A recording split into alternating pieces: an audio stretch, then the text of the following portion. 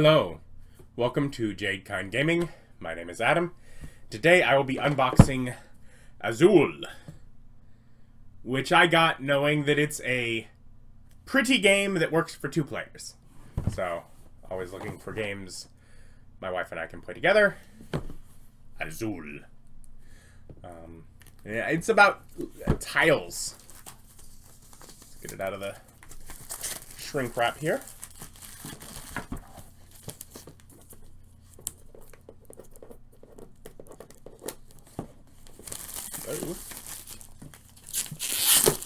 Alright.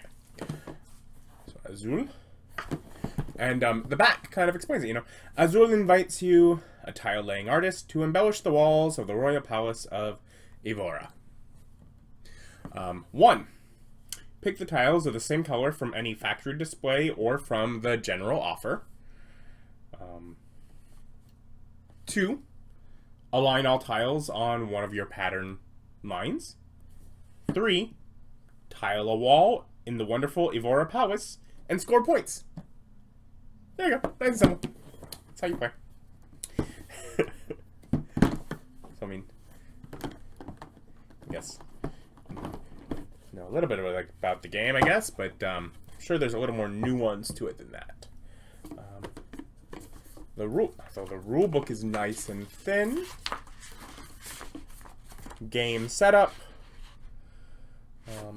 So 2, 3, or 4 players. I focus it works on 2 players, but it's up to 4 players. And different number of factory displays. Otherwise, you have a player board, a scoring marker on your playing board, a bag with tiles in it,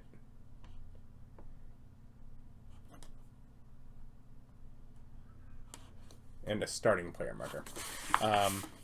Object of the game, to be the player with the most points at the end of the game. The game ends after the round in which at least one player has completed a horizontal line of 5 consecutive tiles on their wall.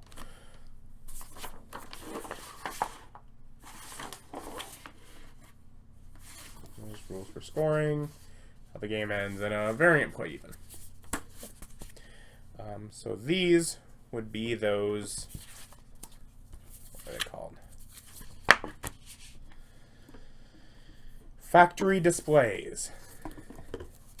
Punch out spots that you need between 5 and 9 of, depending on how many players there are. Here are player boards.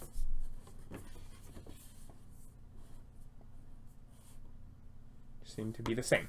Okay. You keep your score up here. Here's the pattern lines, and then they go onto your wall. And then you have a floor line down here.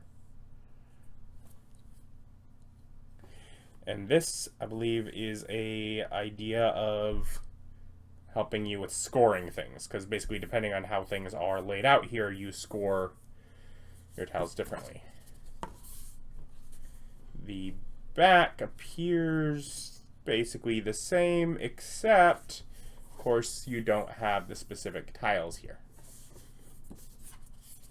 Yeah, so there's 4 player boards. Oh, when I see this little bag here, I did not picture it being this big. That's a big bag. Here are the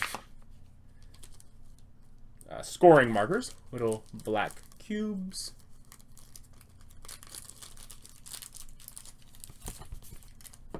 Which you would move around here. And then we have the tile that is 1. First player tile. And then, yeah, it should just be, you know, there's clearly spots where, like, these can be stored in there, so there'll be spots for storing all the components in here. that's helpful.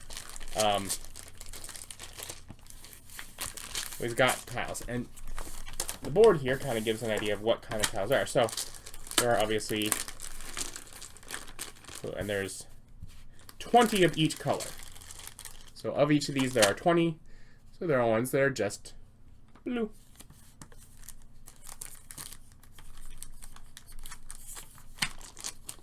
I'll do it.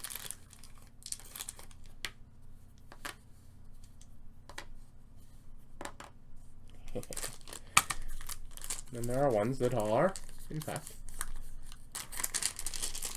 red.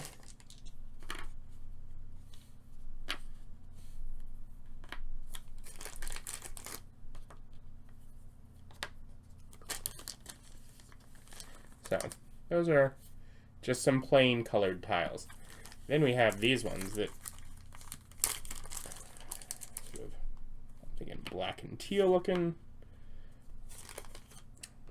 I am color deficient, so I might be wrong when I say any colors, but... And of course, the design is the same on both sides. And these white and light blue ones.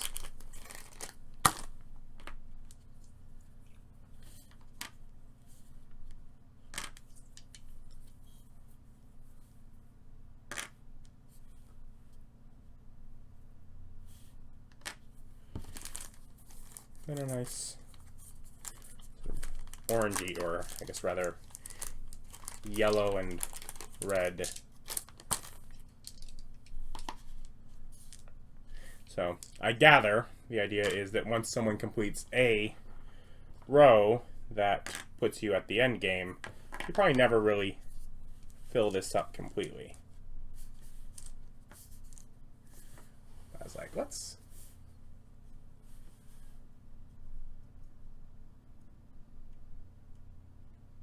I got it. So, yeah, fun little pretty tiles.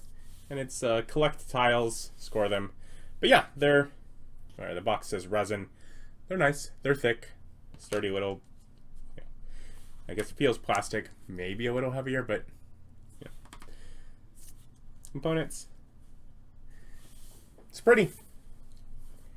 And big bag that says Azul to